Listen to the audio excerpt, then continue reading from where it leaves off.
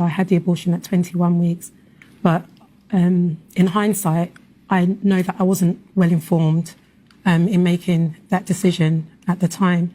So when I came out of Mary Stopes clinic in Brixton, the first thing that went through my mind was, where's my baby? What's happened to the body of my baby? And I kept asking myself that question. And, you know, the nurses that escorted me down to the recovery room, because I was in so much pain and I was sobbing, she said to me, "You silly girl, don't you know what you've done?" And that even put a shockwave through my system and made me so depressed. But I questioned months after months, nightmares and cold sweats. What happened to this baby's body? You were 19? Yeah, I was 19 at the time, yeah. You said that you didn't feel well informed. You'd gone from discovering you were pregnant at 12 weeks to having the abortion at 21 weeks. Yeah. And obviously, as part of the process, you do have to get the permission of 2 doctors to perform the surgery. Yes. How could you not have been informed through that process? How did the process work? And I'm not saying as in it's your fault at all. I'm just saying, you know, there is a process and you would sort of assume that it was a process through which somebody would be apprised of all the details. Well, in my ignorance at that age, I remember just seeing one GP at King's College Hospital, a doctor, my partner at the time, and I went there. And when I went into the room to discuss that I am pregnant, the first option I was given was abortion.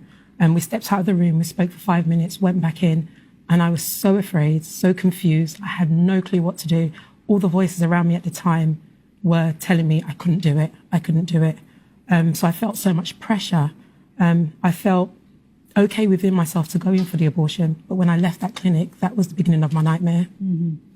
Caroline, how do you respond to that? Well, first of all, I'm very sorry that you've had this regret, but we know 95% of women don't regret abortion. No, but I mean the point of sort of going through something where she now just looks back, obviously endlessly, so long later, thinking, I wasn't properly informed. The system is supposed to be that people do get properly informed, that they do get full advice, and it didn't happen here.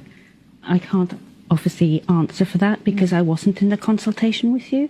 I'm sorry you feel you weren't properly involved. And Mary Stopes, we take it very seriously in informing our patients, but you also don't want to frighten patients. I think the important thing is that we offer counselling, we give people a lot of time to think about it. You are very welcome to come back to counselling now. It's an open-ended offer from Mary Stopes for all our clients. We have a 24-hour helpline for women to ring up.